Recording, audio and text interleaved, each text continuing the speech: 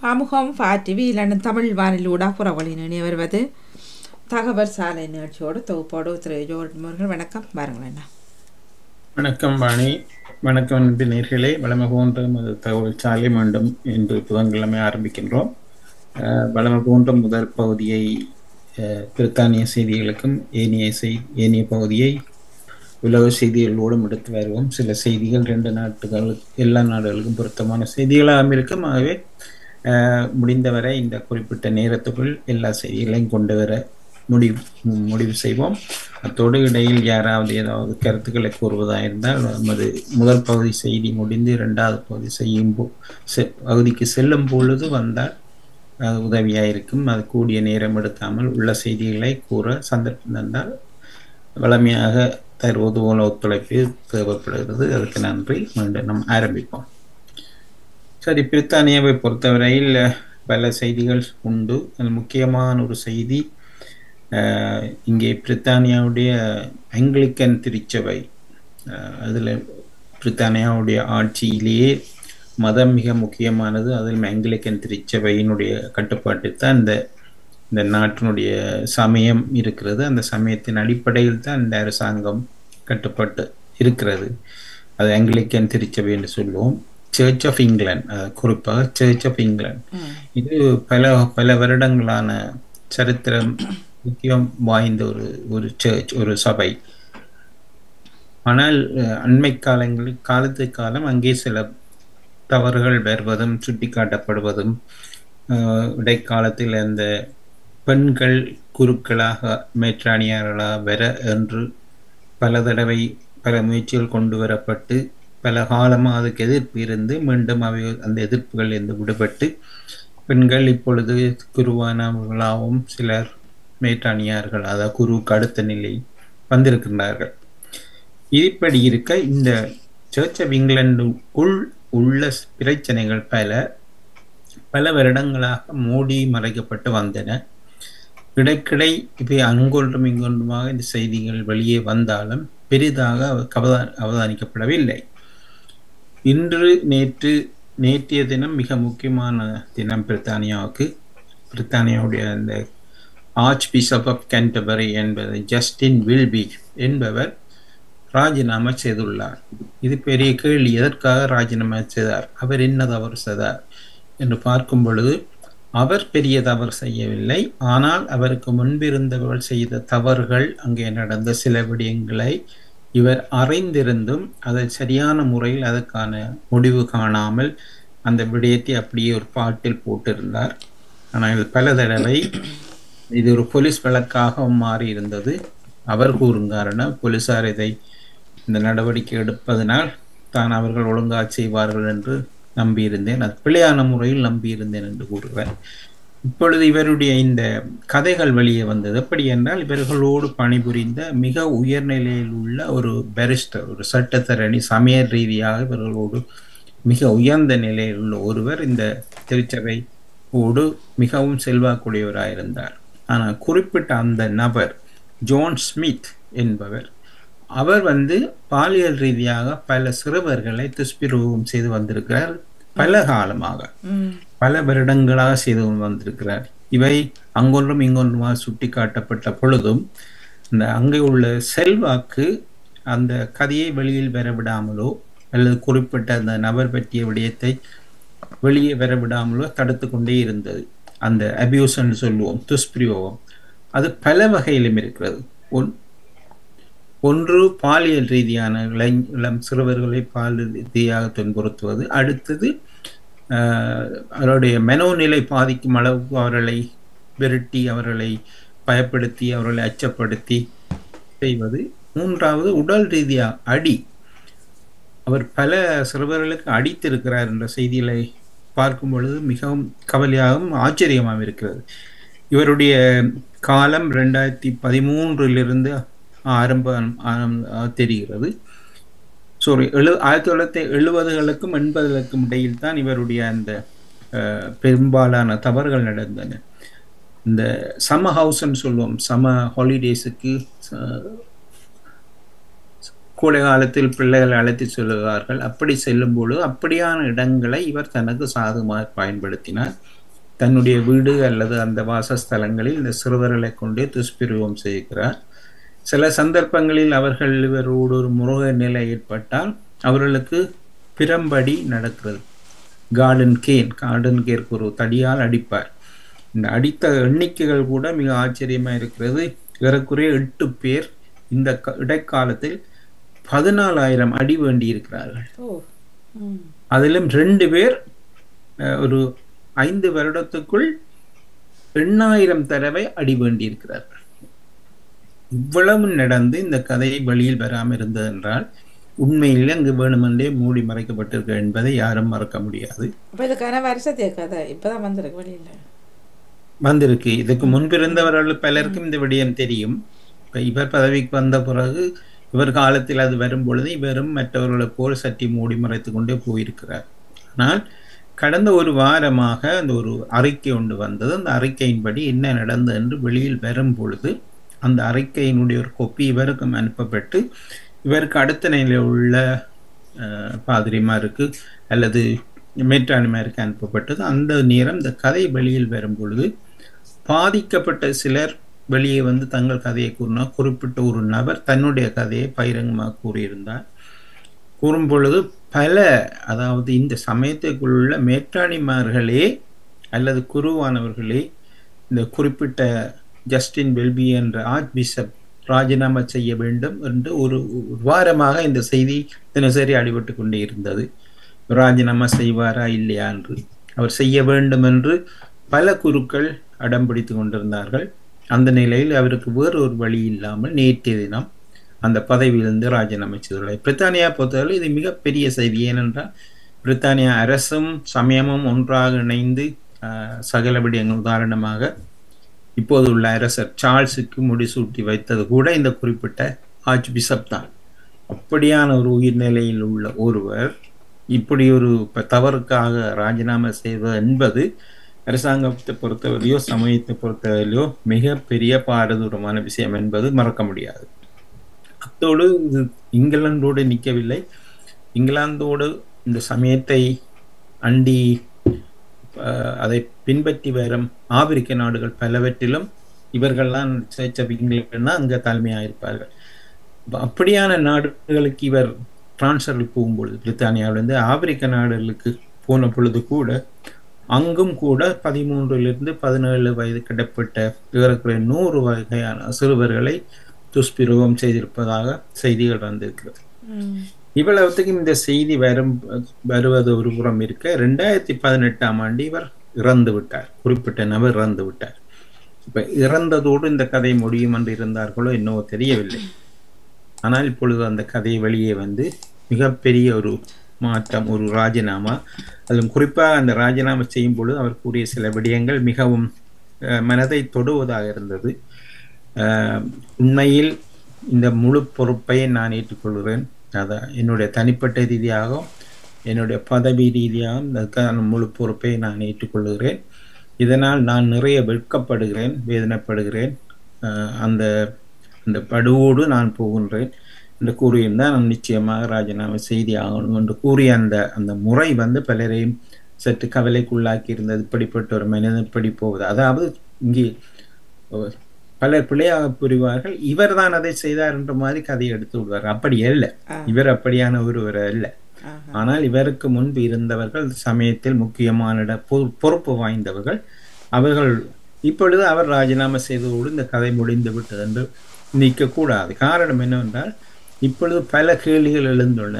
இப்ப அவரே ஒரு பகடைக்காயா நீங்கள் பாவித்து அவர் ராஜினாமா செய்து விட்டார். ஆனால் இந்த கதை அங்கே உள்ள பல மட்டத்தில் உள்ளவர்களுக்கு தெரியும். பல குருவானவர்கள் மேற்றாணிமார்களுக்கு இந்த கதை தெரியும். தெரிந்தும் அவர்கள் இதை மறைத்திருந்தார்கள் என்றால் சமய ரீதியாகவோ அல்லது அவருடைய அட்மினிஸ்ட்ரேஷன் அவருடைய அதிகார சபை ரீதியாகவோ பலருக்கு தெரிந்து மறைத்தபடியினால் எதிர்காலத்தில் அல்லது அண்மையில் பல குருவானவர்கள் அல்லது அந்த சர்ச் ஆஃப் இங்கிலாந்தில் உள்ள பதவியில் உள்ள முக்கியமான பலர் ராஜினாமா செய்யும் ஒரு ஆபத்தொண்டு காணப்படுகிறது.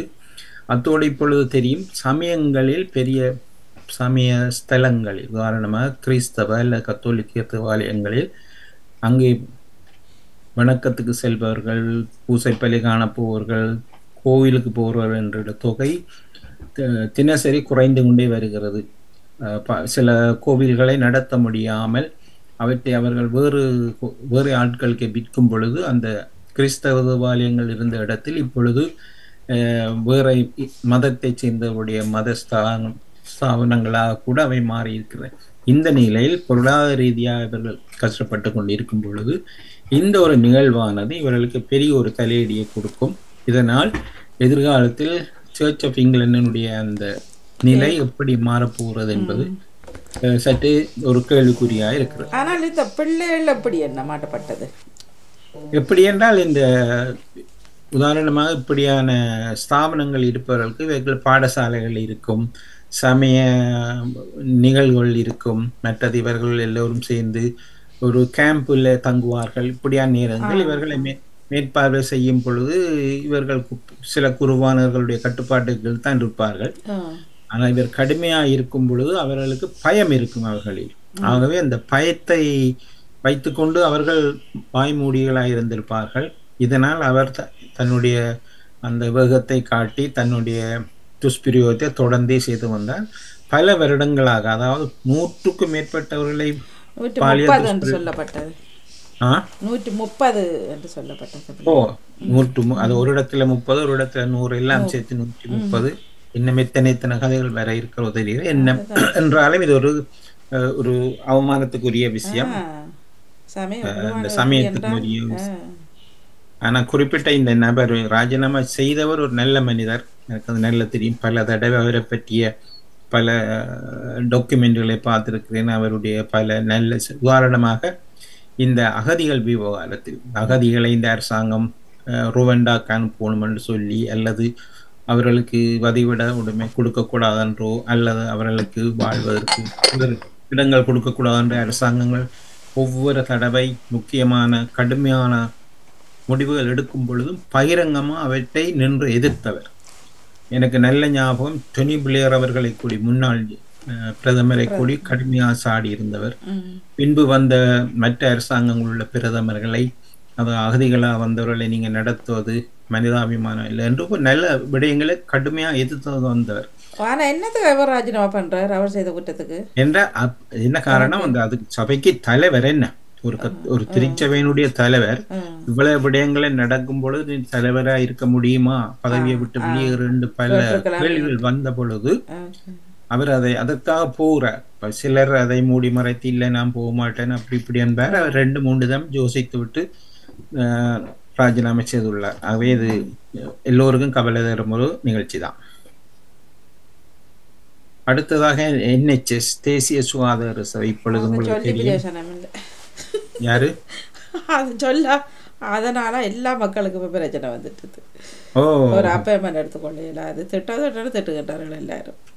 அது NHS என்பது அது சர்வ காலமும் பிரச்சனைக்குரிய ஸ்தாபனமாய் மாற எந்த அரசாங்கம் வந்தாலும் பிரச்சனை தான். இப்பொழுது புதிதாக வந்த அரசாங்கம் லேபர் கவர்மெண்ட் இந்த குறைபாடுகள் நீக்குவதற்காக சில அதிரடி நடவடிக்கைகளை எடுக்க முயற்சித்துள்ளார். இப்பொழுது உள்ள சுகாதார அமைச்சர் அறிவித்த சில அறிவிப்பு எப்படி என்றால், அந்த லீக் பட்டியல், அதாவது ஒரு வைத்தியசாலை எந்த தரத்தில் இருக்கிறது, முதலாவது நிற்கிறதா கடைசி நிலையில் நிற்கிறதா, எங்கே தவறு செய்கிறது லீக்.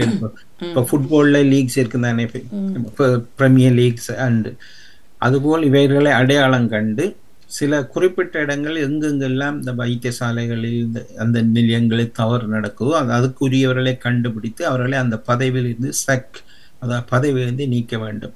அவரை ஒரு இடத்துக்கு மாற்றி இன்னொரு இடத்தை அவரை இங்கே கொண்டு வந்து மாற்றுவதால் எந்த பிரயோசனம் இல்லை. அவர்கள் தகுதி இல்லாதவர்கள் அவர்களை இந்த பதவியிலிருந்து விலக்க வேண்டும் என்ற ஒரு முடிவு இப்பொழுது அறிவிக்கப்பட்டுள்ளது. அது நடைமுறையில் எப்போ வரும், அது அப்படி வருமா என்பது ஒரு கேள்வி. அடுத்தது, ஏற்கனவே இங்க பற்றாக்குறை, வைத்தியர்களுக்கு பற்றாக்குறை, அதுல இவர்களை செக் பண்ணும் பொழுது அங்க இன்னும் பிரச்சனை கூடும். மற்றது இந்த சம்பள விவகாரத்தில் பல இளம் வைத்தியர்கள் எல்லோருக்கும் தெரியும் வருடக்கணக்காக வேலை நிறுத்தத்திலிருந்து ஓரளவுக்கு இப்பொழுதுதான் அவர்களுக்கு சம்பள உயர்வு கொடுத்து பதவிக்கு வந்துள்ளார்கள். அந்த நிலையில் இப்படியான நடவடிக்கைகளின் போது சில முக்கியமான புள்ளிகள் இந்த நாட்டை விட்டு வேறு நாடுகளுக்கு வேலை தேடி போகக்கூடிய ஆபத்தும் இருக்கிறது. நிதி ஒரு முக்கியமான விடயம். அடுத்தது அவர்களை நிர்வாக சீர்கேடு, இந்த NHSல் உள்ளது நிர்வாக சீர்கேடு. எப்படி என்றால் சில சந்தர்ப்பம் நிறைய மேனேஜர் மாதிரி இருப்பினா அங்கே வேலை செய்ய ஆளிராது. அல்லது ஒரு நர்ஸ் 5 நர்ஸினுடைய வேலை செய்யணும், ஒரு டாக்டர் 5 டாக்டருடைய வேலை செய்ய வேண்டியிருக்கும். ஆனால் அங்கு 4-5 மேனேஜர் மாதிரி இருப்பார்கள், அவர்கள் ஒன்றும் செய்யாமல். இது இன்று நேற்றில் நான் அறிந்த ஒரு 20 வருடத்துக்கு மேலா இதுதான் நடக்கிறது. இப்பொழுது வந்த அரசாங்கம் இதுக்கு ஒரு மாற்றை காண வேணும் என்று முயற்சி செய்கிறது. இது சரி வருமா இல்லையா தெரியவில்லை. இது இன்று கூட இது விவாதத்துக்குரிய பொருளாக கதைத்துக் கொள்ளப்படுகின்றது. மூன்றாவது பெரிய விஷயம் இந்த போஸ்ட் ஆபீஸ், தபால் நிலையங்கள். போஸ்ட் ஆபீஸ் எப்பொழுதும் சர்ச்சைக்கு உள்ளபடியென்றான். சில மாதங்களுக்கு முன்பு நாங்கள் கதைத்திருந்தோம். இந்த போஸ்ட் ஆபீஸ்களை நடத்தும் பொழுது அந்த போஸ்ட் மாஸ்டர்கள் காசை திருடினார்கள் என்று ஒரு பொய் குற்றச்சாட்டு செய்து அவர்களை பல தற்கொலை செய்யும் அளவுக்கு போனார், பல சிறைகளுக்கு சென்றார்கள். இந்த கதையெல்லாம் முடிந்து இப்பொழுது போஸ்ட் ஆபீஸினுடைய நிலை எப்படி என்றால் பல போஸ்ட் ஆபீஸ்கள் மூடப்பட போகின்றன. உதாரணமாக ஏறக்குறைய 115 போஸ்ட் ஆபீஸ்கள் மூடப்பட போகின்றன. பல தரங்களில் உள்ளவை, சில உயர்தரத்தில் உள்ளவை கூட. உதாரணமாக எங்களுக்கு தெரிந்த சவுத்தோல் போன்ற இடம், இங்கே ஹெரோல நோத்தோல் போன்ற இடம், ஹவுன்ஸ்லோ, அப்படி முக்கியமான சில இடங்கள் உள்ள போஸ்ட் ஆஃபீஸ் எல்லாம் மூடப்படுகிறது. அதையும் செல்ஃப் சர்வீஸ் ஆகிட்டார்கள். இப்போ போஸ்ட் ஆஃபீஸ் செல்ஃப் சர்வீஸ் ஆகிட்டார்கள். நீங்களாக போய் இதை எடுத்து செய்யணுமெண்டு. அது 2 காரணம். ஒன்று, கூடிய அளவு ஸ்டாஃபை வைத்திருப்பதனால் அவர்களுக்கு சம்பளம் கொடுக்கணும் என்பதனால் பலரை நிறுத்தினார்கள். பின்பு இந்த போஸ்ட் ஆஃபீஸினுடைய செயல்பாடுகளும் குறைய துவங்கிட்டு. உங்களுக்கு தெரியும், ஒரு 20 வருடங்களுக்கு முன்பு சகல தபால் வேலைகளும் போஸ்ட் ஆஃபீஸ் கூடாகவே நடந்தது. இப்பொழுது தபால் அனுப்புவது என்பதை உதாரணம், எங்களோட ஆஃபீஸில் எடுத்து ஒரு நாளைக்கு 20-30 கடிதம் அனுப்பின நாங்கள் இப்பொழுது ஒரு நாளைக்கு ஒரு கடிதம் போறதே அபூர்வமாக இருக்கிறது. காரணம் எல்லாம் இமெயில் வந்து விட்டது. சகல சேவைகள், முந்தைய ஒரு காலத்தில் ஃபேக்ஸ் இருந்தது, இப்ப ஃபேக்ஸ் மெஷினை கூட தொடுவார் இல்லை. இப்பொழுது இமெயில் வந்தபடியே சகல வேலைகளை இமெயிலால் நடக்கும் பொழுது போஸ்ட் ஆஃபீஸுக்கு வேலை இல்லை, ஸ்டாம்புகள் விற்க வேண்டிய தேவையில்லை. அப்போ அதனால் வெறும் கட்டணம் குறைவு. மற்றது விநியோகம், உதாரணமாக இப்போ டெலிவரி செய்தால் தானே உங்களுக்கு வீட்டை கடிதம் வரும், கடிதம் போட்டால் தானே வரும். இப்போ கடிதம் போடாமல் இமெயிலே வருவதனால் அப்போ அங்கே நிர்வாகம் சில இடங்களில் 100 இடங்களுக்கு மேலே நஷ்டத்திலேயே ஓடிக்கொண்டிருக்க நிலையங்களாக இருக்காது. போஸ்ட் ஆஃபீஸ் நடக்கிறது, ஆனால் நஷ்டத்தில் அது போய்கொண்டே இருக்கிறது. பல நூற்றுக்கணக்கானவர்கள் வேலை இழக்கும் ஒரு ஆபத்தும் மிக விரைவில் நடக்க இருக்கிறது. இவையெல்லாம் நல்ல ஒரு செய்தி என்று நாங்கள் கூற முடியாது. அடுத்ததாக இந்த இப்போது வெளிநாட்டு அமைச்சராக இருக்கும் கருப்பினத்தை சேர்ந்தவர் டேவிட் லேமி என்பவர். இவர் ஒரு லேபர் அரசாங்கத்தில் பல காலமாக உறுப்பினராக இருந்து இப்பொழுது அமைச்சராக வந்துள்ளார். இவர் சில வருடங்களுக்கு முன்பு 2018ஆம் ஆண்டு அமெரிக்க ஜனாதிபதியாக அந்த நேரம் இருந்த டொனால்ட் ட்ரம்பை பற்றி கூறிய ஒரு கருத்து. அவர் கூறிய இவர் ஒரு ஒரு நாசி எப்படி இருப்பாரோ அந்த மாதிரியே நடவடிக்கைவர், அவர் இனவாதத்தை கக்குவர் ஒருவர் என்ற ஒரு கருத்தை 2018 கூறியிருந்தார்.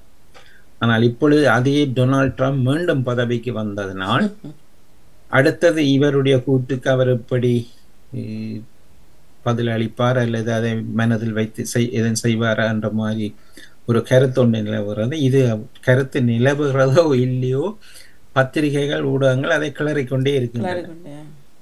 சென்ற வாரமும் பார்த்தோம், இன்றும் பார்த்த பத்திரிகைகள் அவர் எப்படி நடத்தப்படுவார் என்று. அவர் என்று கூறினா இதெல்லாம் பழங்கதைகள், பழசா போன கதைகளை கூறி நேரத்தை வீணடிக்க வேண்டாம் என்ற மாதிரி கூறியிருந்தார். ஆனால் இப்பொழுது டொனால்ட் ட்ரம்ப் பற்றி நாங்கள் பின்பு கதைப்போம். அது உலகத்தில் பெரிய ஒரு 7வது அதிசயத்தில் 8வது அதிசயம் ஒன்று அங்கே நடந்தது. அப்படியே அதை தனியை பார்ப்போம், அவருக்கு ஒரு தனி இடத்தையே கொடுப்போம். அடுத்ததாக இன்னொரு விவகாரம் PMQ சொல்லுவோம், பிரைம் மினிஸ்டர்ஸ் குவெஸ்டியன் டைம். ஒவ்வொரு புதன்கிழமையிலும் பாராளுமன்றத்தில் நடைபெறும் கேள்வி நேரம், பிரதமருக்கான கேள்வி நேரம். ஆகவே இப்பொழுது பிரதமராக இருப்பது கியர் ஸ்டார்மர். ஆனால் கடந்த 2 வாரங்களுக்கு முன்பு நடைபெற்ற எதிர்க்கட்சியினுடைய தெரிவில் அந்த பெண்ணான கெமி பெட்னோக் என்பவர் தான் எதிர்க்கட்சி தலைவராக தெரிவு செய்யப்பட்டார். ஆகவே அவர்தான் பாராளுமன்றத்தில் பிரதமருடைய கேள்விகளுக்கு எதிரான கேள்விகளை கேட்கும் தகுதியுடையவர். அவர் சட்ட ரீதியாக அவருடைய ஒரு முன்னுரிமை. ஆனால் அவர் நிறையவே ஆக்ரோஷம் கதைக்கக்கூடிய ஒருவர். அடுத்ததாக அவருடைய அந்த முதல் தடவையாக ஆச்சரியமாக இருந்தது, ஒரு நைஜீரியா இனத்தை சேர்ந்த ஒரு பெண்மணி இந்த நாட்டினுடைய கன்சர்வேட்டிவ் கட்சியினுடைய தலைவராக மாறும் அளவுக்கு கன்சர்வேட்டிவ் போயிருக்கிறது பொழுது பல கேள்விக்குறி வருது. அப்படி ஒருவரும் கிடைக்கவில்லையா என்று பார்த்தால் இவர் தான் தெரிவு செய்யப்பட்டுள்ளார். இப்ப தெரிவு செய்யப்பட்டவர் அவர் தன்னுடைய கலரை காட்டியே தீருவார். ஒவ்வொரு புதன்கிழமையும் எங்கெங்கெல்லாம் சந்தர்ப்பம் கிடைக்குமோ இப்பொழுது ஆட்சியில் உள்ள அரசாங்கத்தை சாடுவார். ஏனென்றால் முன்பு இருந்தவர்கள் பலர் சாடியும் அவர்களால் முடியவில்லை. வேண்டும் என்றுதான் இவரை தெரிந்தார் சரி. ஏனென்றால் பேசுவது, திட்டுவது, குளறுவது, கத்துவது எல்லாம் இவரை கைவந்த கலை. அவை இன்றைய பத்திரிகைகள் கூட அதை வேறு விதமாக நாசுக்காக இருந்தது. அவருடைய ஸ்டைல், அவருடைய தன்மை, அவர் அப்படித்தான் நடப்பார் என்ற மாதிரி நிலை இருக்கிறது. அப்படியான கேள்வி நேரத்தில் பிரதமரோடு நிதி, அதாவது இங்கே உள்ள டாக்ஸ் ஹைக், அதாவது நிறையவே டாக்ஸ் உயரப்போகிறது, மற்றது இந்த குளிர்காலத்துக்கான வயோதிகளுக்கான கொடுப்பனவை நீட்பாட்பட்டது போன்ற பல விடயங்கள் அவருக்கு சாதகமாக அமைந்து பிரதமரோட கடுமையான வாக்குவாதத்தில் இருந்ததும் இங்கே குறிப்பிடத்தக்கது. அதே நேரம் SNP போன்ற கட்சிகளும் இந்த விடயத்தில் அரசாங்கம் செய்யும் விடயங்களை பகிரங்கமாக கண்டித்திருந்தன. அதுக்கும் பிரதமர் ஒரு கட்டத்தில் சற்று கோபம் அடைந்தே கூறினார், SNP என்ற ஸ்காட்டிஷ் நேஷனல் கட்சி அவர்களிடம் நாங்கள் பாடம் படிக்க தேவையில்லை, அவர்கள் எங்களுக்கு பாடம் சொல்லித்தர வேண்டாம் இப்படி ஆட்சி செய்வது என்று. அப்படி என்றால் ஸ்காட்லாந்தில் போய் அவர்களுடைய ஆட்சியில் என்ன நடந்ததுன்னு பாருங்கோ, அதை பார்த்துவிட்டு என்னோட கதைக்கு பாருங்கன்னு ஒரு இடத்து சொன்னார். இன்னொரு விடயம் நடக்க முடியாத அபூர்வமான விஷயம், இந்த நைஜல் ஃபராஜ், உங்களுக்கு தெரியும் நைஜல் ஃபராஜ் என்ன கட்சின்னு சொல்ல முடியாது, அடிக்கடி கட்சியை மாத்தி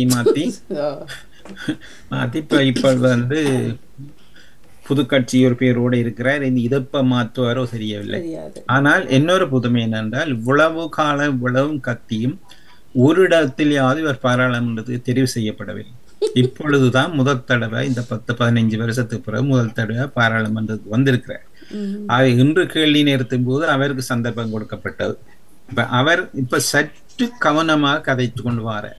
எப்படி என்றால் இவருடைய கதைகள் பல பிழை என்று பல சொல்லுகிறார்கள், மற்றது இவரை பற்றிய கருத்துக்கள் வெளியே வருகிறது. எப்படி என்றால் இவர் வந்து நாட்டுக்காக கதைக்கவில்லை, எப்படி கதைச்சு தான் பணத்தை பெற்று தன்னை வளம்படுத்துவதற்கான வல்லவர் தான் இவர். இந்த பிரெக்சிட் விவகாரத்தில் இவர் நடத்தி தன்னுடைய ஒரு பலம் வாய்ந்தவராக காட்டி அதன் மூடாக தன்னுடைய தனிப்பட்ட செல்வாக்கை கவனிக்கிறார் ஒழிய நாட்டை கவனிக்கவில்லை என்ற கருத்து வரும் பொழுது இப்ப சற்று கவனமாக இருக்கிறார். அடுத்தது இவர் அமெரிக்க ஜனாதிபதியாக இருந்த ட்ரம்பின் ஒரு மற்றவளமாக கூட ஒரு சின்ன எடுபடி அல்லது வால் என்று கூடி கூறலாம். கடந்த முறை நடந்த ஜனாதிபதி தேர்தலினுடைய பிரச்சாரத்தின் போது இவர் அங்கு சென்று ட்ரம்புக்காக மேடைகளை பிரச்சாரம் செய்தவர் என்பதும் குறிப்பிடத்தக்கது. ஆனால் இப்பொழுது அவர் இங்கே வந்து இப்பொழுது இந்த பாராளுமன்றத்துக்கு வந்தோடனே முதல் சொன்ன அனைவரும் அதை வரவேற்போம், மாபெரும் வெற்றி, இது எல்லோரும் ஏற்றுக்கொள்ள வேண்டும் என்று ஒரு கருத்தை கூறி கதைக்க ஆரம்பித்த பொழுது பிரதமர் என்று நல்ல நகைச்சுவை அவர் விடயத்தை கூறினார். பாராளுமன்றத்தில் ஒரே சிரிப்பா இருந்தது. எவ்வளவு அபூர்வம், கனகாலத்துக்கு பிறகு இவரை கண்டிருக்கிறோம், அமெரிக்காவிலிருந்து பிரித்தானியாவுக்கு வந்திருக்கிறார் என்ற பொழுது எல்லோருக்கும் சிரிப்பேன் என்றால் அங்கதான் அவர் குடியிருந்தவர் அமெரிக்கால, இப்பதான் இங்கு வந்திருக்கிறார், அதாவது எப்ப போவார் தெரியன்ற நக்கல் பாசையில் கதைத்திருந்தார். ஆகவே அவரை வெல்கம் பண்றோம் இப்பொழுது என்று கூறும் பொழுது எல்லோரும் விழுந்து சிரித்தார்கள். இது இன்றைய பாராளுமன்ற நிகழ்ச்சி. அடுத்ததாக இந்த இன்னொரு விவகாரம், இந்த பப்ஸ், அதாவது மதுபான சாலைகள் அல்லது ரெஸ்டாரண்ட் அல்லது வேறு சாதாரண ஆபீஸ் வழியேயும் வேலை செய்பவர்களுக்கு பல சிக்கல்கள் இருக்கிறது. உதாரணமாக குறிப்பாக பெண்களுக்கு வேலை செய்ய இடங்களுக்கு தொந்தரவு இருக்கிறது, ஆபீஸ் வழியே தொந்தரவு இருக்கிறது. மற்ற குறிப்பாக இந்த மதுபான சாலைகள் வேலை செய்யும் பொழுது அவர்கள் நிச்சயமாக தொந்தரவுகள் கூட வரும். அங்கே வேலை செய்வர்களால் அல்லது கூட வேலை செய்வர்களால் அல்லது அங்கே மது அருந்தவர்கள் சாப்பிடுவர்களால் தொல்லைகள் அநேகம் உண்டு. இவற்றை கண்காணிப்பதற்கு ஒரு அமைப்பு இருக்கிறது. இந்த அமைப்பு பல பப்ஸ், அந்த மதுபான சாலைகளோ அல்ல அதை போன்ற உணவகங்களோ அவற்றுக்கு பல ஒரு விதிமுறைகளை அனுப்பியிருக்கிறார்கள். ஒருவர் அங்கே ஒரு கஷ்டமான நிலை இருந்தால் அவருடைய என்ன நிலையில் இருக்கிற, அவருக்கு என்ன பிரச்சனை என்று கண்டறிந்து அதற்கான ஒரு முடிவை நீங்கள் எடுத்து காட்ட வேண்டும். அதற்கு ரகசியமாக ஒரு கோட் வேர்டு ஒன்றை வைத்திருந்தார்கள். ஏஞ்சலா என்று ஒரு பெண்ணுடைய பெயரை கொடுத்திருந்தார்கள். குறிப்பாக அது ஏன் கொடுக்கப்பட்டன, ஏஞ்சலா கிரம்ப்டன் என்ற ஒரு பெண்மணி தன்னுடைய கணவரால் கொல்லப்பட்டவர். அவர் கொல்லப்பட்ட நாளுக்கு பிறகு அவர் கொண்டு வந்த விடயம்தான் ஏஞ்சலா என்ற ஒரு கோட் வேர்டாக மாறியது. எப்படி என்றால், இந்த உணவகங்கள் அல்லது மதுபான சாலைகளில் யார் யாரெல்லாம் கஷ்டத்துக்குள்ளாகி அந்த துன்பத்தில் இருந்து அதை வெளியில சொல்ல முடியாமல் இருந்தால் அவர்களுக்கு இரகசிய குறியீடு ஏஞ்சலா. அவர் போய் அஞ்சலான்னு சொன்னா அந்த நிறுவனத்தில் அஞ்சலா என்பதை விடயத்தை புரிந்த ஒருவர் கட்டாயம் இருப்பார், ஒன்றோ ரெண்டு பேரும். அங்கே ஒரு பிரச்சனை இருக்குது, அவரை அணுகி என்ன பிரச்சனை என்று கூப்பிட்டு அதுக்கான வழிகளை செய்ய வேண்டும் என்று. ஆனால் இங்க வேடிக்கை என்னவென்றால், அப்படி அஞ்சலா என்றால் இங்க அப்படி ஒரு வேலை செய்யலை என்று சொல்லிவிட்டார்கள். பிபிசி ரகசியமாக சென்று இந்த ஒரு 23 இப்படியான நிலையங்களை போய் பார்த்து அஞ்சலா, உதாரணமா அஞ்சலாண்டா எல்லாருக்கும் தெரியணும், இந்த விஷயமான இது ஒரு குறிப்பிட்ட கோட் வேர்ட், அவை அங்கே தவறு நடந்ததை கண்டுபிடிக்கிறதுக்கான ஆட்களை குறிக்கும் ஒரு வேர்ட் தான் அஞ்சலா. அப்ப அங்கே ஒருவர் 4 வருடமாக ஒரு மேனேஜராக இருந்திருக்கிறார். அவர் சொன்ன அஞ்சலாவா, அப்படி நான் ஒருவரையும் காணும், இந்த 4 வருஷமா நீங்க வேலை செய்யறேன், அப்படி ஒருவரை பற்றி இங்கே கதைப்பாரும் இல்லை, ஒன்றும் இல்லை. ஆனால் அவர்களுடைய அந்த உணவகங்களிலோ அல்லது அவருடைய கழிப்பகங்களிலோ அதற்கான நோட்டீஸ் எல்லாம் ஒட்டியிருப்பார்கள். உங்களுக்கு பிரச்சனை என்றால் அஞ்சலாவை தொடர்பு கொள்ளுங்கள் என்று. பல இடங்களில் இந்த அஞ்சலா என்ற விடயம் தெரியாமல் போயிருந்தது. இப்ப இந்த விடயம் மிகப்பெரிய பப்ஸ், இங்கே புகழ்பெற்ற உதாரண பிரித்தானியாவில் உள்ள கிரீன் கிங், ஜேடி, வெதர்ஸ்பூன் போன்ற முக்கியமான பெரிய மதுபான சாலைகளில் கூட இவை அங்கு ஒழுங்காக கவனிக்கப்படவில்லை, இதை பற்றி யாரும் கவனத்தில் எடுக்கவில்லை என்ற விடயம் இப்போ பகிரங்கமாக வந்ததனால் இனிமேல் அவர்களுக்கான ஒரு அபராதம் விதிக்கும் ஒரு நிலை கூட இருக்கிறது. அப்படி அவர்களை உதவி செய்ய தவறினால் அவருக்கான சிறை தண்டனை கூட கொடுக்க வேண்டும் என்ற ஒரு விடயம் இருக்குது. இந்த நாட்டில் மட்டுமில்லை, இந்த அஞ்சலா என்ற கோட் வேர்ட் இங்கே பிரித்தானியா, கனடா, நெதர்லாந்து, ஹொலந்திலாம் இந்த வேர்ட் பாவிக்கப்படுகிறது. என்ன விடயம் என்று தெரியும், ஆனால் இது எங்கே இருந்து ஆரம்பித்ததோ இங்கே இந்த நாட்டில் அது தெரியாமல் போனது ஒரு கவலைக்குரிய விடயமாக இருக்கிறது. இது தற்போதைய பிரித்தானிய செய்திகள். நாம் அடுத்த பகுதிக்கு செல்வோம். இந்த நேரத்தில் யாராவது அழைப்பு இருந்தால் அவர்களையும் எடுத்துக்கொண்டு நாங்கள் செல்லலாம். சில தவற விடப்பட்ட செய்திகள் வந்தால் அவற்றையும் பார்த்துக்கொள்ளலாம். கேட்டுக்கொண்டிருப்பவர்கள் வரலாம். அதே நேரம் என்ன, அந்த 17 வயது பிள்ளை கார்ல ஆக்சிடென்ட் பட்டு நடந்தது. நடந்தது, அதை அறிந்தனா என்னென்ற நான் அந்த சிறிய அந்த விபத்துகளை பற்றி கதைக்காமல் எங்களது சமூக ரீதியாக கவனத்தை கொண்டு வர முடியங்களே என்றால் அவற்றை கூறுவதற்கு பத்திரிகைகள் இருக்கின்றன. 17 வயது பிள்ளை அவர் ட்ரை பண்ணலாமான்றதான் கேள்வி. அது கவலைக்குரிய விடயம் தான். அது காரில் இருந்து இறங்கும் பொழுது நடந்து என்று கூறுகிறாள். அது சரியான பொழுது அன்று இல்லை, போலீஸ் கலைக்கும் பொழுது அவர் அந்த ஓவர்டேக் பண்ணி போய் முன்னுக்கு வந்த வாகனம் அடிச்சு இறந்ததாகத்தான் சொல்லப்பட்டது. தெரியவில்லை, செய்திகள் சரியான செய்தியை உள்வாங்கவில்லை. காரணம் என்றால் எடுக்கப்பட்ட நிறைய செய்திகள் இருந்தன, கதைக்கக்கூடிய செய்திகள் இருக்கிற டைமை பார்த்து அப்படி இல்லாத கட்டத்தை அவற்றை கொண்டு வருவேன்.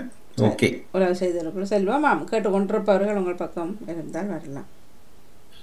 சரி, நாங்கள் உலக செய்திகளுக்கு போக நேரடியாக அமெரிக்காவை ஃப்ளை பண்ணுவோம். உங்களுக்கு தெரியுமா யாரை பற்றி கதைக்க போவோம் என்று. அண்மையில் நடந்த தேர்தல் பிரச்சாரங்களை பற்றி பார்த்திருந்தோம்.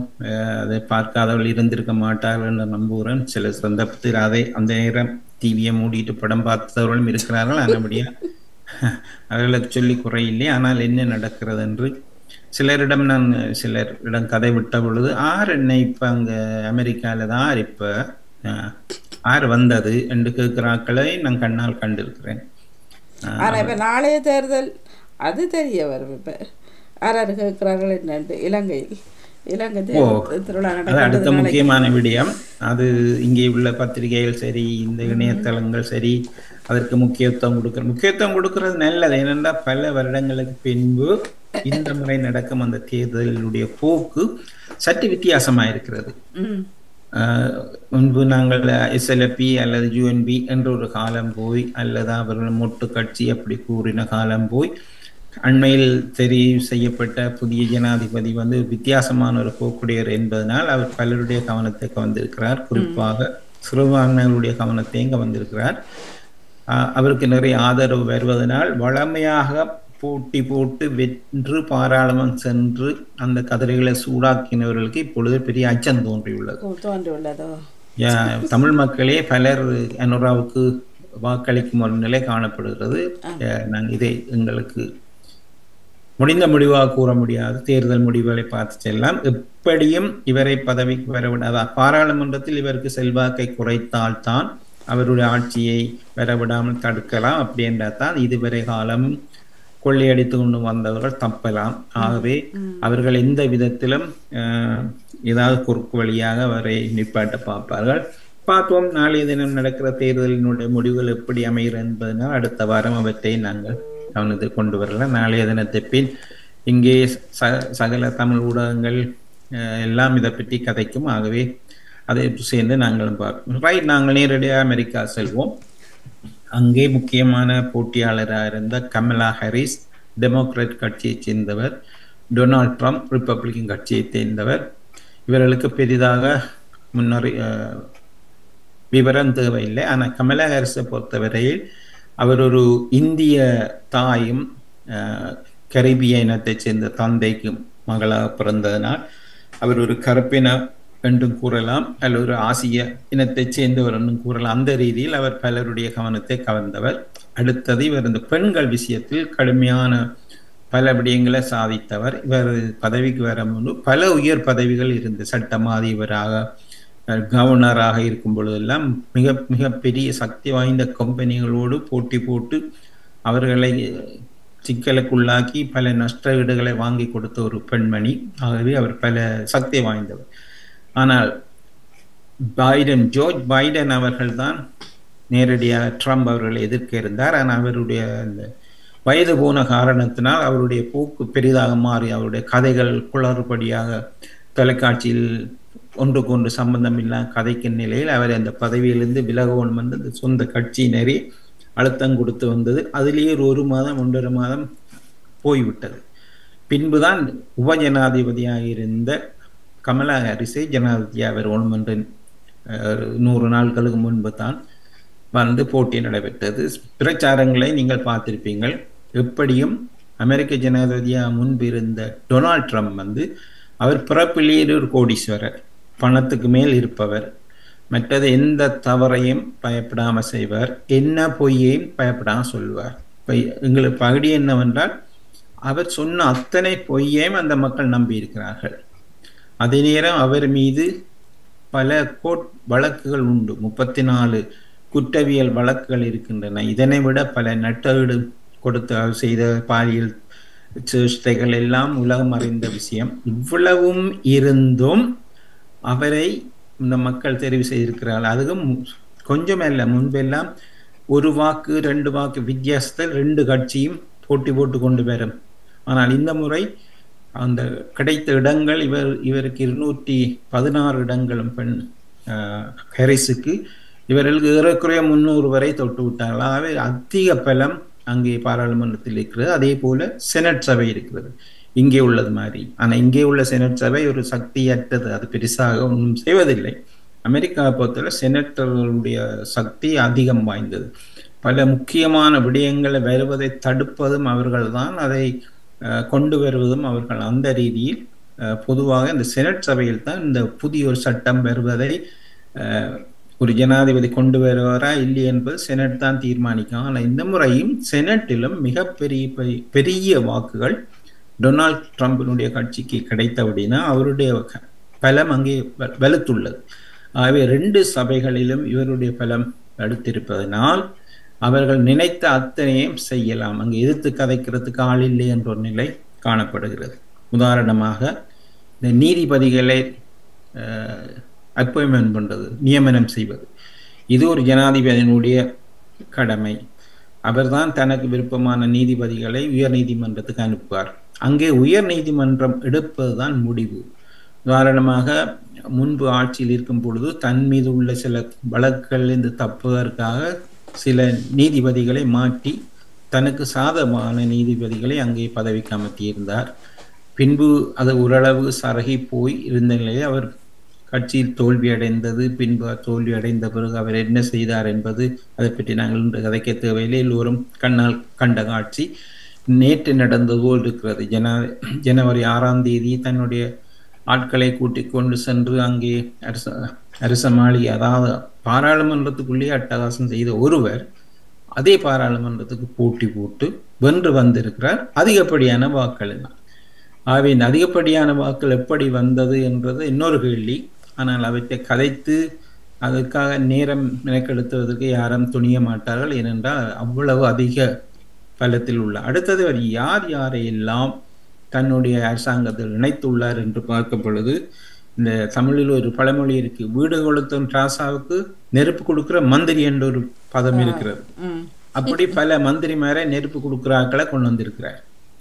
இந்த இயோன் மாஸ்க் என்றவர் இந்த எக்ஸ் தளத்தினுடைய பெரிய ஒரு பொறுப்பாளர். மற்றது டெஸ்லர் கார் அதுக்கு உரிமையானவர். அவர் ஒரு பெரிய பணக்காரர்கள் ஒருவர் அமெரிக்காவில். இந்த தேர்தலின் போது ஏறக்குறை 113 மில்லியன் பவுண்ட்களை அந்த கட்சியினுடைய இந்த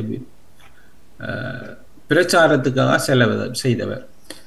அவர் செலவு செய்தது என்னென்றால் ட்ரம்பை ஆதரிக்கிற, ஏனென்றால் ட்ரம்ப் பதவிக்கு வந்தால் இவர்கள் போன்ற கோடீஸ்வரர்களுக்கு அங்கே வரியை அவர் நிறுத்துவார். சின்ன ஆக்களுக்கு வரியை கூட்டுவார், சிறிய சிறிய பொருளுக்கு. ஆனால் பெரிய கோடீஸ்வரர்களுக்கு வரியை குறைப்பார். ஆகவே இவர் டொனால்ட் ட்ரம்பை தான் சப்போர்ட் பண்ணால் தனக்கு வரி குறையும் என்றும், அதே நேரம் இவருடைய செல்வாக்கை டொனால்ட் ட்ரம்ப் தனக்கு சாதகமாக பாவித்தார். உதாரணமாக இவருடைய ஜனாதிபதி தேர்தல் நடந்து கொண்டிருக்கும் பொழுது இந்த ஒரு ராக்கெட் ஒன்றை அனுப்பியிருந்தார். அது அவருடைய தனிப்பட்ட செலவு, சொந்த செலவில் அனுப்பப்பட்ட ராக்கெட் இயோன் மாஸ்க். அந்த ராக்கெட் மேலே சென்று பிறகு அது கீழே வரும் பொழுது நிலத்தில் விழுந்து உடையாமல் அது திரும்பி கீழே வந்து அது என்ன இடத்திலிருந்து அது புறப்பட்டதோ அதே இடத்திலே அது வந்து சேர்ந்தது. ஒரு மிகப்பெரிய வெற்றி. இந்த வெற்றியெல்லாம் இந்த எப்பொழுது நடக்கிறன்னா இந்த அரசாங்கத்தினுடைய இந்த பிரச்சாரத்தின் போது நடந்து அவருக்கு ஒரு தனிப்பட்ட செல்வாக்கை கொடுத்து அந்த செல்வாக்கை பாவித்து பகிரங்கமாக அவரை மேடையில் வைத்து இவர் அடுத்த என்னுடைய ஆட்சியில் முக்கியமான ஒரு பங்கு வகிப்பார், என்னுடைய அமைச்சராக இருப்பார் என்றெல்லாம் கூறிக்கொண்டு வந்தார். ஆனால் இப்பொழுது அதுதான் நடந்துள்ளது. அவர் குறிப்பாக அடுத்த தன்னுடைய நிதி நிலைமைகளை கட்டுப்படுத்துவதற்கு எங்கெங்கெல்லாம் வெட்டி எங்கெல்லாம் குறைக்கணும் அந்த எஃபிஷியன்சி, தன்னுடைய அரசாங்கத்தினுடைய சக்திக்கு முக்கிய அமைச்சராக இந்த இயோன் மாஸ்க் அவர்களையே நிறுத்தியுள்ளார். அதே போன்று விவேக் ராமசாமி என்ற ஒரு இந்தியரும் டொனால்ட் ட்ரம்பினுடைய ஆதரவாளர், அவரையும் இவரையும் சேர்த்து சில முக்கியமான விடயங்களுக்கு கொடுத்திருக்கிறார்.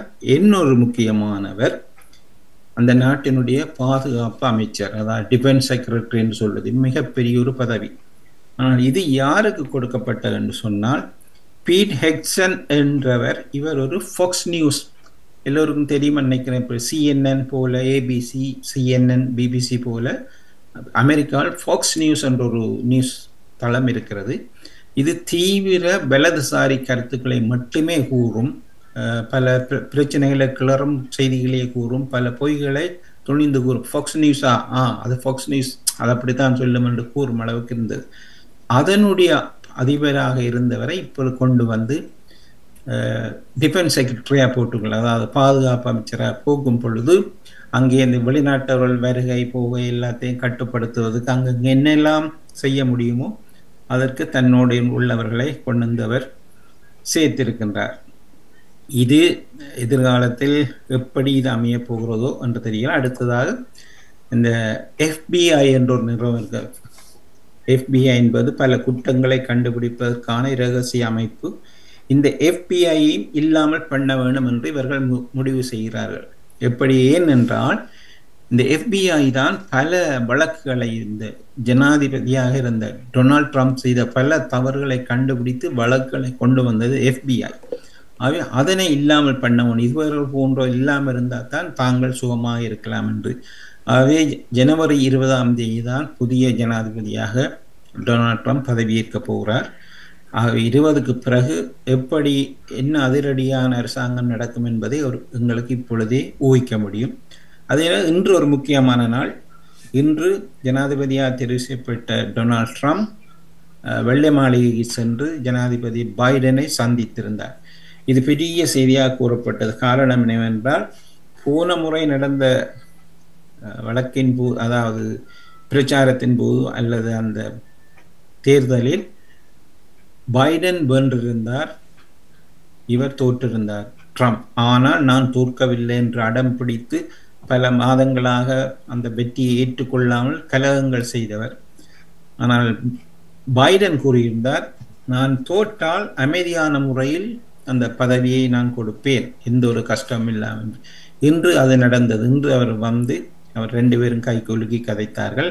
இது பெரிய செய்தியாக காணப்பட்டது என்றால், இதுவரை காலம் அவர் கூறிய வார்த்தைகள், ட்ரம்ப் கூறிய வார்த்தைகள், அவருடைய பேச்சுகளை ஒப்பிடுப்போல் இன்று வந்து நல்ல ஒரு பிள்ளை போல் இருந்து கை கொடுத்து நல்லா கதைத்துட்டு போகிறார்கள்.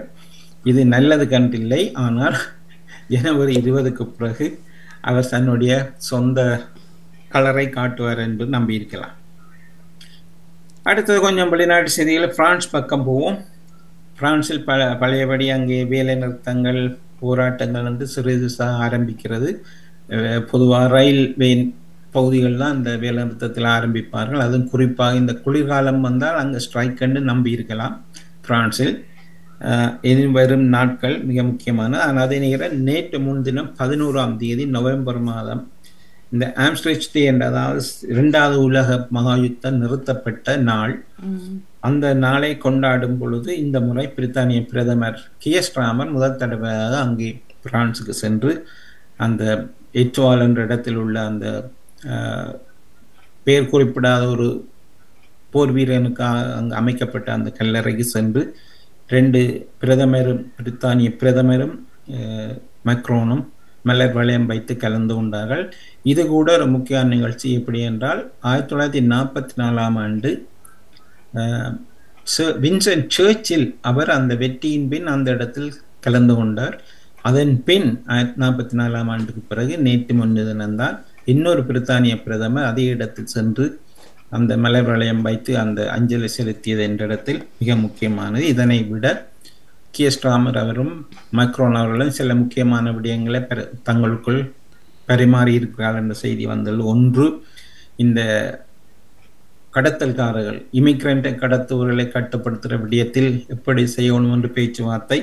அடுத்தது, இப்பொழுது டொனால்ட் ட்ரம்ப் வந்ததினால் யுக்ரைனுக்காக கொடுக்கப்படும் ஆயுதங்கள் நிறுத்தப்பட்டு அவரை பலவுகளை செய்யலாம். ஏனென்றால் புட்டினுக்கும் ட்ரம்புக்கு நல்லா ஒத்து போகும். ஆகவே 2 பேரும் சேர்ந்து தனிப்பட்ட ஒரு கோபம் இருக்கிறது புட்டின், அதாவது ட்ரம்புக்கு செலன்ஸ்கி மீது, அதாவது யுக்ரைன் தலைவர் மீது. எல்லாவற்றையும் செய்து அடுத்த ஜனவரிக்கு பிறகு இவர்களுக்கு கொடுக்கிற நிதியை குறைக்கலாம், ஆயுதங்களை குறைக்கலாம். அப்படி ஒரு நிலை வரும் பொழுது சில சந்தர்ப்பங்களில் தன்னுடைய டிப்ளமசி, தன்னுடைய ராஜதந்திரத்தை ட்ரம்ப் பாவிக்கலாம். அதாவது புட்டினை கூட சம்மதம் வைக்க பண்ணலாம். ஆனால் அதே நேரம் நேட்டோ நாடுகளை ஆதரிக்காத ஒரு ஜனாதிபதி தான் ட்ரம்ப். ஆகவே நேட்டோ நாடுகளில் எங்கேயாவது ரஷ்யா கை வைத்தால் அமெரிக்கா தாக்குமா, பாதுகாக்குமா என்ற ஒரு கேள்வி இன்றே எழுந்துள்ளது. இந்த சந்தர்ப்பத்தை பயன்படுத்தி புட்டின் அவர்கள் அந்த லித்வேனியா போன்ற சின்ன சின்ன நாடுகளை தாக்கினால் நேட்டோ நாடுகள் அதை பாதுகாப்புக்காக திருப்பி சண்டை செய்ய வேண்டிய நிலை. இப்படி ஒரு இனிவரும் காலம், அதாவது இந்த ஜனவரிக்கு பிறகு ஜனாதிபதியாக வந்த ட்ரம்ப் அவர்கள் நல்ல முறையில் இந்த போரை நிறுத்தி ஒருதற்கும் பாதகம் இல்லாமல் அமைக்கக்கூடிய சக்தி வாய்ந்தவர் இல்லை என்று கொள்ள முடியாது. ஆனால் அவருடைய சில நடவடிக்கைகள் காரணமாக இந்த உக்ரைன் மீண்டும் பறிகொடுத்த இடங்கள் மீண்டும் ரஷ்யாவுக்குள்ளே சேரும் ஒரு ஆபத்தும் இருக்கிறது. இது போன்ற பல விடயங்களை சேர்த்து பார்க்கலாம். அடுத்து இன்னொரு விடயம் முக்கியமாக இந்த சுற்றுப்புற சூழல், அதாவது உலக சுற்றுப்புற சூழல் சம்பந்தமாக எல்லா நாடுகளும் கடுமையாக பல வருடங்களாக போராடி வந்து வருடத்துக்கு ஒரு முறை மாநாடுகளை நடத்துவார்கள். இந்த முறை பாக்கு என்ற இடம் அஜர்பைஜானில் இந்த மாநாடு நடைபெறுகிறது. இது எப்படின்னா உலக நாடுகள் எல்லாம் சேர்ந்து இந்த கேஸ் வளிமண்டலத்தை பாதிப்பதை எப்படி நிறுத்தலாம் என்பது மாநாடு. ஆனால் இந்த விடயத்தில் ட்ரம்ப் அவர்கள் இதுக்கு எதிரான, அவர் சொல்லுவார் இந்த உலகமயமாக்கல், அதாவது இந்த வெப்பம் எல்லாம் வந்து உலகத்தை பாதிக்கிறது என்றெல்லாம் அது வெறும் புலுடான்னு சொல்வார். அது ஒரு புலுடா, அப்படி ஒன்றும் இல்லை. நாங்கள் அதை விட்டுட்டு எங்கட பாலில் கின்ற இடத்துல கிண்டி ஒயில் கிண்டி எடுத்து செய்வோம் என்று இருக்கிறார். அது கூட ஒரு நெகட்டிவ், எதிர்மறையான ஒரு விடயமாக காணப்படுகிறது. பிரான்ஸை பொறுத்தவரை அடுத்த மிக முக்கியமான ஒரு விடயம், அந்த நோட்டர்டேம் அந்த தேவாலயம் 5 வருடங்களுக்கு முன்பு தீப்பற்றி எரிந்தது எல்லோருக்கும் தெரியும். அந்த நிகழ்ச்சி உலகம் முழுக்க பார்த்து பலர் கண்ணீர் விட்ட காட்சியை நாம் கண்டிருக்கிறோம். ஆனால் அந்த தேவாலயத்தை 5 வருடங்கள் மீண்டும் கட்டி எழுப்புவேன் என்று அன்றைய ஜனாதிபதி, இப்பொழுதும் அவர்தான் ஜனாதிபதி மக்ரோன் அவர்கள் ஒரு சவால் செய்திருந்தார். அதன்படி அந்த வேலைகள் எல்லாம் மிக ஒழுங்காக நடந்து கொண்டிருக்கிறன. 8ஆம் தேதி, அதாவது டிசம்பர் 8ஆம் தேதி உத்தியோகபூர்வமாக அந்த தேவாலயம் ஆரம்பிக்கப்பட உள்ளது. ஒரு வாரத்துக்கு அந்த விழா கொண்டாடப்பட்டு கொண்டிருக்கும்.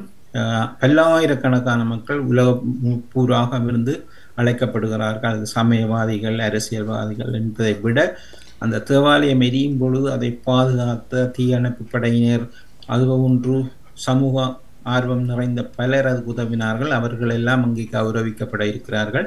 என்ன ஒரு இஷ்யூ அங்கே இருக்கிறது, இந்த வருபவர்களுக்கு டிக்கெட் வித்துத்தான் அவர்களை அங்கே வரவேற்க வேணுமான ஒரு கேள்வி ஒன்று எழுந்துள்ளது. அதுக்கு 2 விதமான காரணம் இருக்குது. ஒன்று, அதால் வரை நிதி மீண்டும் அங்கே பாதிக்கப்பட்ட அந்த அதில் பணிபுரிந்தவர்களுக்கான செலவாகத்தான் கொடுக்க வேண்டும். பலர் அதால் பாதிக்கப்பட்டார்கள், அந்த அதில் உயிரிழந்தவர்கள், காயப்பட்டவர்களுக்காக கொடுப்பது என்று. ஆனால் இது ஒரு முக்கியமான விடயம். இதுக்கு டிக்கெட் வைக்க வேணுமா என்ற ஒரு விவாதம் ஓடிக்கொண்டே இருக்கிறது. இது ஒரு புறம் இருக்கு. இங்கே ஃபுட்பாலில் நடந்த சென்ற வாரம் நடந்த ஒன்று. இங்கே ஒரு முக்கியமான ஃபுட்பால் கோச் அல்ல, ரெஃப்ரி நடுவர், பல உதவிந்தாண்டுகளுக்கு பொறுப்பாக இந்த நடுவர், அவர் அந்த பதவியில் தூக்க வீசப்பட்டுள்ளார். காரணம், குறிப்பாக அவர் ஒரு குறிப்பிட்ட ஒரு கழகத்துக்கு எதிராகவும் அந்த கழகத்தின் முன்னாள் பயிற்றுனருக்கு எதிராக கூறிய ஒரு கருத்து அந்த வீடியோவில் ரகசியமாக கண்டுபிடிக்கப்பட்டது. இதனால் அவருடைய டேவிட் கூட் என்பவர் அந்த இனிமேல் ரெஃப்ரியாக இருக்கக்கூடாது, இப்பொழுது தற்காலிகமாக நிறுத்தப்பட்டுள்ளார். இது பலருக்கு ஒரு ஆபத்தாக இருக்கிற, ஏனென்றால் இப்பொழுது இந்த சோசியல் மீடியாவில் உள்ள கேமரா யாருடைய மொபைலிருந்து யார் எடுக்கிறார்களோ தெரியவில்லை. இப்படியாக அவர் கூறிய ஒரு வசனம்தான் இந்த பெரிய டிவியில் வராத விடயத்தை இந்த ஒரு சின்ன மொபைல் ஃபோன் ஃபுட்டேஜ் எடுத்து அது அவர் கூறும் பொழுது அவரை பற்றி மிக கீழ்த்தரமாக பேசியிருந்தார். அந்த வசனங்களை நாங்கள் திருப்பி கூற தேவையில்லை. ஆகவே இதுவும் எதிர்காலத்தில் இந்த ஃபுட்பால் எவ்வளவு மோசமாக பலரை பாதிக்கிறதோ அதுபோல இந்த ஃபுட்பாலை நடத்துபவர்களும் இதனால் பாதிக்கப்படுகிறார்கள் என்பது முக்கியமானது. என்ற நிகழ்ச்சியோடு நாங்கள் நிகழ்ச்சியை கொண்டு வரலாம். ஒன்று இறுதியாக இந்த ஹாய்த்தி என்ற இடம் இருக்கு, அமெரிக்காவுடைய ஒரு சிறு தீவு, கரையில் உள்ள தீவு ஹைத்தி என்ற இடம். அது வன்முறைக்கு பேர் போன இடம். அங்கே அரசாங்கம் இருக்கிறதா இல்லையான்னு தெரியவில்லை. பல குழுக்கள் தான் அந்த நாட்டை ஆளுகின்றன. இந்த வாரம் அங்கே சென்ற விமானம் தரையிறங்கும் பொழுது சுட்டு இந்த கேங் மோதல் அதை சுட்டிருந்தார்கள். அதனால் இறக்க வேண்டிய நேரம் இறங்கிய பிளேன் பக்கத்துள்ள டொமினிக்கன் குடியரசுக்கு திசை திருப்பப்பட்டுள்ளது. அங்கே போன விமானத்தில் பார்த்தால் வெளியிலெல்லாம் துப்பாக்கி சின்னங்கள்லாம் ஓட்ட நிலையில் அது அங்கே இறக்கப்பட்டுள்ளது. வன்முறை மிகுந்த ஒரு இடமாக ஹைத்தி மாறிக்கொண்டிருக்கிறது என்ற செய்தியோடு நாம் நிகழ்ச்சியை முடிவு கொண்டு வரோம். இப்போ யாராவது வந்து கருத்து கூற இருந்தால் வாணி அவர்களை அனுமதி. வணக்கம். வணக்கம் நகுலவதி அவர்களா? வணக்கம். வணக்கம் வணக்கம். ஜோரட்னம் அண்ணாக்கும் இரவு வணக்கத்தை கூறிக்கொண்டு, வாணி அவர்களுக்கும் இரவு வணக்கத்தை கூறிக்கொண்டு, இந்த லண்டன்ல அந்த எழுத்தாளர் ஒரு ஆளுக்கு புக்கர் பரிசு ஒன்று கிடைச்சிருக்குது. 19ஆம் ஆண்டுக்கு பிறகு இந்த வருஷம் தானே கிடைச்சிருக்கு.